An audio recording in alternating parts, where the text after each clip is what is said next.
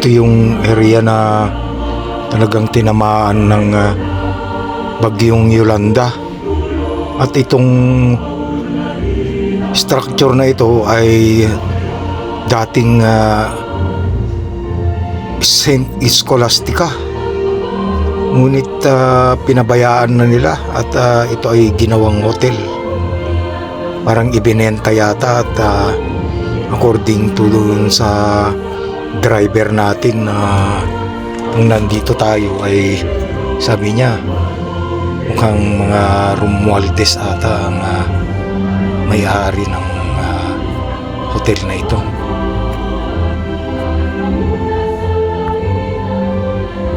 At kung mapapansin mo dito sa areang ito ay mukhang nakarecover na ang mga tao.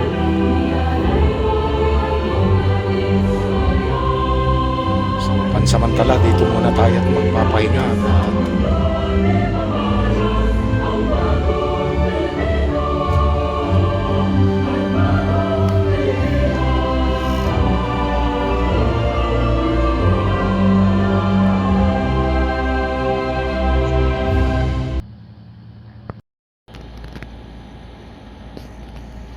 wala ka talagang makitang bakas na ito ay dinaanan ng bagyo dahil 10 taon na rin ang nakakaraan.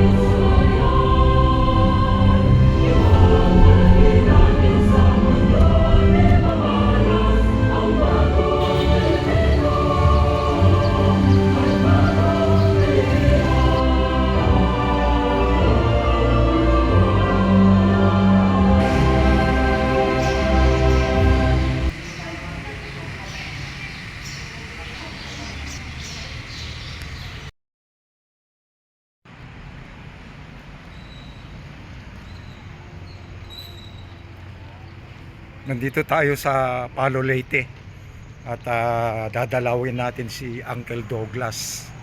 Dito sila naglanding at for the first time nakapasyal tayo dito sa Palo Leyte. At dito yung famous na Leyte Landing. na minsan Sinong presidente no? Si gusto nating mapuntahan at ngayon Quezon. nga ay nangyari sa namatay siya sa biglaan sa dahil sa ating trabaho kaya nakarating tayo dito kahit papano ay nakapagliwaliw pa karoon ng time na kahit Uncle na Douglas. busy tayo.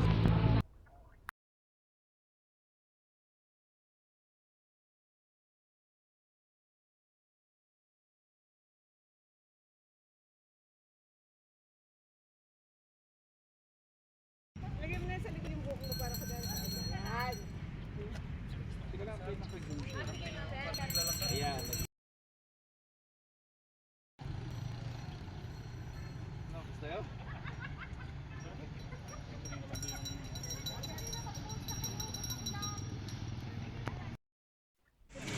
At ito yung Imelda Mansion na alam mo munisipyo. Dito lang sa gilid ng kalsada. At walang bakod. Open na pwedeng pumunta.